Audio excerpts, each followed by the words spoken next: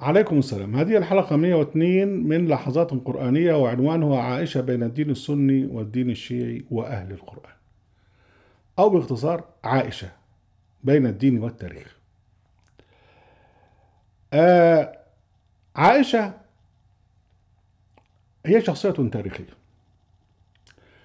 لكنها تحولت في الدين السني والدين الشيعي إلى جزء من هذا الدين وجزء من هذا الدين. ودائما الأديان الأرضية تجعل التاريخ دينا، يعني كل الأديان الأرضية بتجعل التاريخ دي، بتعمل تاريخ وتقدسه إلى آخره.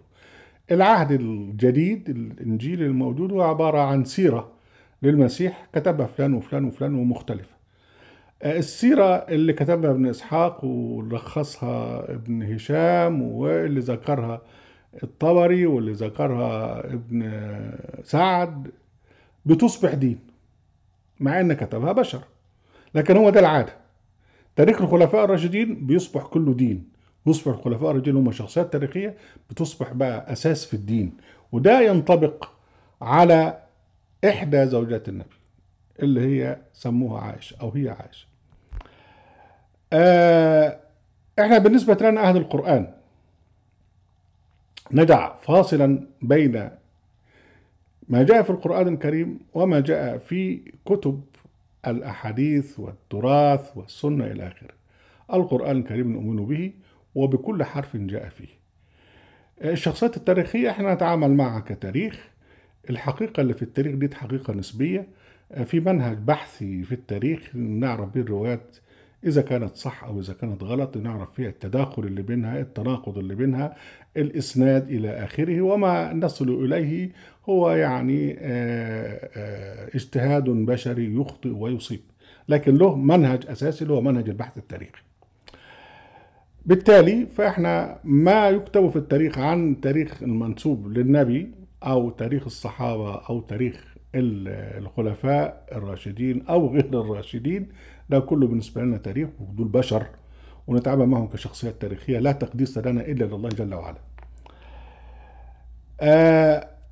عائشة نحن نؤمن ما جاء في القرآن الكريم عن أزواج النبي، ما جاء في القرآن الكريم عن أزواج النبي في سورة الأحزاب وفي سورة التحريم، ده نؤمن به، ولم يرد فيه اسم لزوجة من زوجات النبي.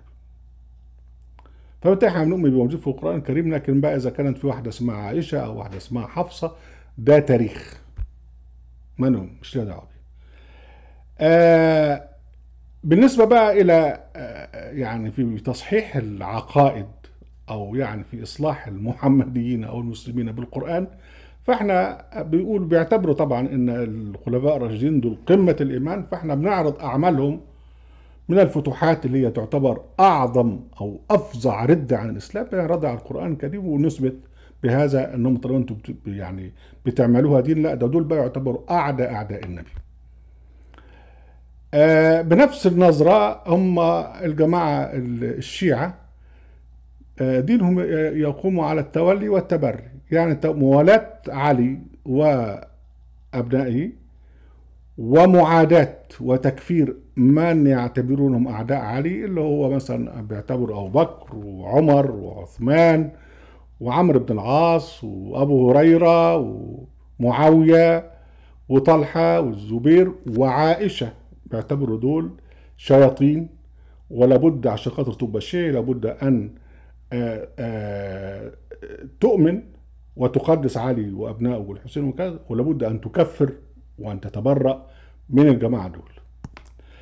الجماعة السنيين ناس دمهم خفيف قوي، قال لك كل الصحابة عدول، والجماعة الخلفاء الراشدين كلهم 100 والسيدة عائشة دي طبعا 100.